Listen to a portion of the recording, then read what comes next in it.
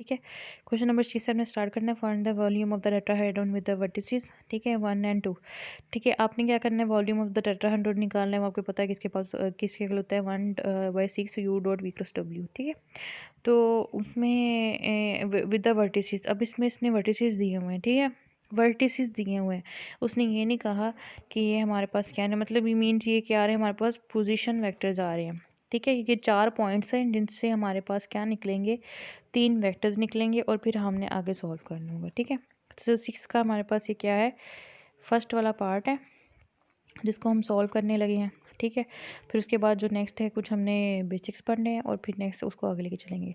तो A B और सी और डी लिख लिया आपने। ए बी, ए सी और ए डी तीनों वेक्टर निकाल लेने हैं। ठीक है, ए बी, ए सी और ए डी कैसे निकालना है आपको पता है। ए बी निकालने के लिए पोजीशन वेक्टर बी में से पोजीशन वेक्टर ए निकालना है, यानी कि ए सी निकालने के लिए पोजीशन वेक्टर ऑफ सी में से पोजीशन वेक्टर ऑफ ए निकाल देना है, और ए डी के लिए पोजीशन वेक्टर ऑफ डी में से पोजीशन वेक्टर ऑफ ए निकाल देना है। ठीक है, तो इसके बाद हमारे पास वॉल्यूम ऑफ टेट्राहेड्रॉन जिसके इक्वल होता है कि ए बी, ए सी और ए डी। जैसे यू वी और डब्ल्यू होते थे तो वो लिखते थे, अब ए बी, ए सी और ए डी है, तीनों वेक्टर लिख लिए। 3 1 -1 1 1।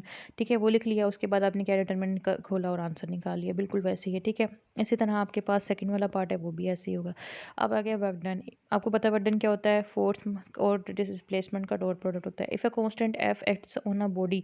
ठीक है, कांस्टेंट यानी कि फोर्स आपके पास आ रही है, वो किसी बॉडी पे एक्ट कर रही है एट एनी ठीक है, at any angle theta two the direction of motion. ठीक है, डायरेक्शन यानी कि डिस्प्लेसमेंट को क्या कहते हैं, डायरेक्शन ऑफ मोशन कहते हैं, उसके साथ एंगल थीटा बना रही है। Displaces it from A to B. ठीक है, किसी बॉडी पे एक्ट करती है, उसको ए से बी तक डिस्प्लेसमेंट रहता है, इसका मतलब है कि वर्क डन हो गया है। ठीक है, तो यहाँ पे आपने देखा है ये एफ है फोर्स, और ये डिस्प्लेसमेंट जिस डायरेक्शन में ए से बी की तरफ स्ट्रेट फॉरवर्ड है, तो इस वजह से इसके एंगल दरमियान में क्या बन गया, थीटा बन गया।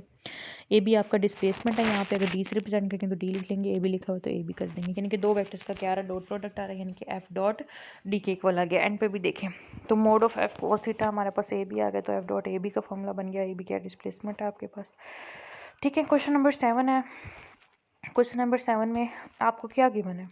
ठीक है, क्वेश्चन नंबर 7 में find the work done at the point at which the constant force acts to an object moves from point P1 to P2।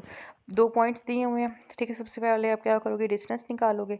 ठीक है, उससे और फिर आप क्या करोगे, अपना वर्क डन निकालोगे। सबसे पहले आपने देखना है कि आपको गिवन क्या है। आपके पास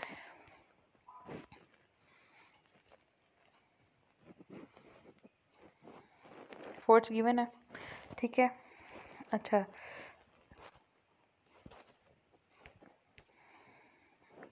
find the work done if a force under a constant force to an object moves from this point to this point। Question number 7 कर रहे थे हम।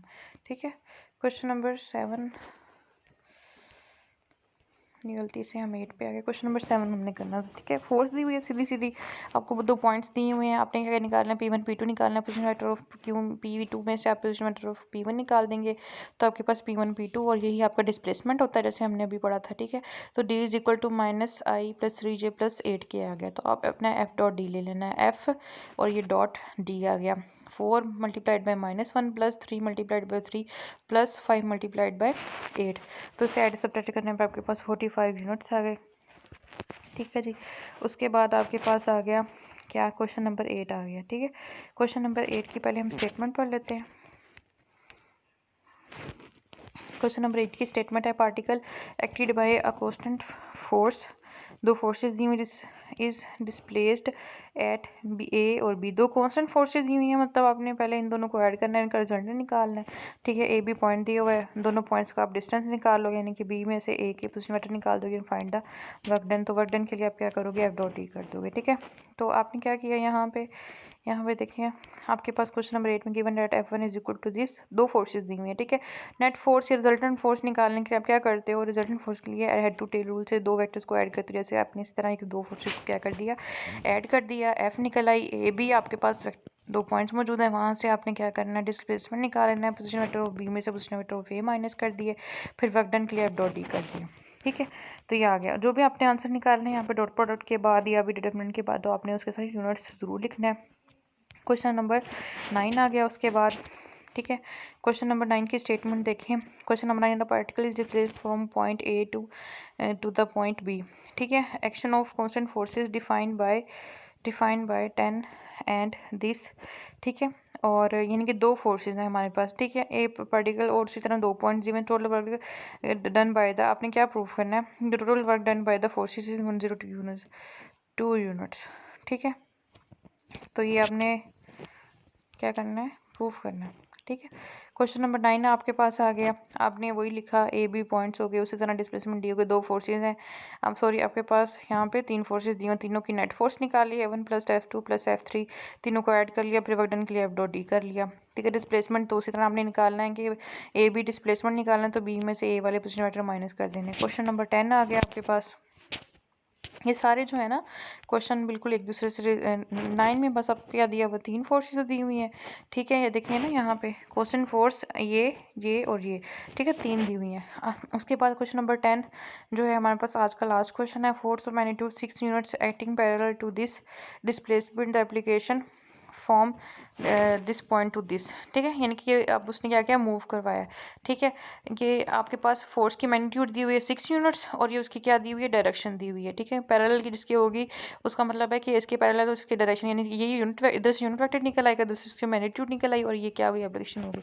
तो इस तरह के क्वेश्चन पहले भी आप लोगों ने एक्सरसाइज में किए हुए हैं कि एक चीज़ आपको डायरेक्शन दे रही है, एक चीज़ आपको मैग्नीट्यूड दे रही है, तो आपके पास एक वेक्टर के लिए दो चीज़ों की जरूरत है, एक उसकी मैग्नीट्यूड, एक उसकी डायरेक्शन, ठीक है। तो ये आपके पास क्या आ गई, मैग्नीट्यूड 6 यूनिट्स आ गई, डायरेक्शन उसकी उसने जो आप एफ वेक्टर, आपको एफ यूनिट वेक्टर चाहिए वो आपके पास कहाँ से आएगा, जिसके वो पैरेलल है, जिसके वो पैरेलल है उसकी यूनिट वेक्टर, तो जिस वेक्टर के वो पैरेलल है तो उसका मतलब है उसका यूनिट वेक्टर उस वेक्टर का यूनिट वेक्टर आपस में क्या होंगे, सेम होंगे। तो 2i - 2j + k को यूनिट वेक्टर निकालने के लिए उस वेक्टर को वेक्टर की मैग्नीट्यूड पे क्या कर दिया, डिवाइड कर दिया, ठीक है। तो 4 + 4 + 1 ये 1 + 3 आ गया, 2i - 2j + k आ गया, ठीक है। उसके बाद हमारे पास क्या आ गया, यहाँ पे कर दिया हमने, ओके। अच्छा जी, उसके बाद हमारे पास यहाँ पे यानी कि एफ़ का यूनिट वेक्टर निकल आया, तो एफ़ की मैग्नीट्यूड 6 थी, मल्टीप्लाइड बाय उसकी यूनिट वेक्टर, तो क्वेश्चन नंबर 1 में हमने पुट कर दिया, ठीक है। अब ए बी दो पॉइंट्स थे, दोनों का डिस्प्लेसमेंट निकाल दिया, एफ भी निकल आया, डी भी निकला, डॉट प्रोडक्ट ले लिया और हमारे पास क्या आ गया, आंसर आ गया, ठीक है। तो कल हमने क्वेश्चन नंबर यानी कि जो नेक्स्ट स्टार्ट करना है, देखिए यहाँ पे वर्क डन हमारे पास क्या निकला है, 20 यूनिट्स निकला है। मूवमेंट ऑफ फोर्सेस स्टार्ट करेंगे, नया टॉपिक है, और फिर उसके आगे क्वेश्चंस करेंगे।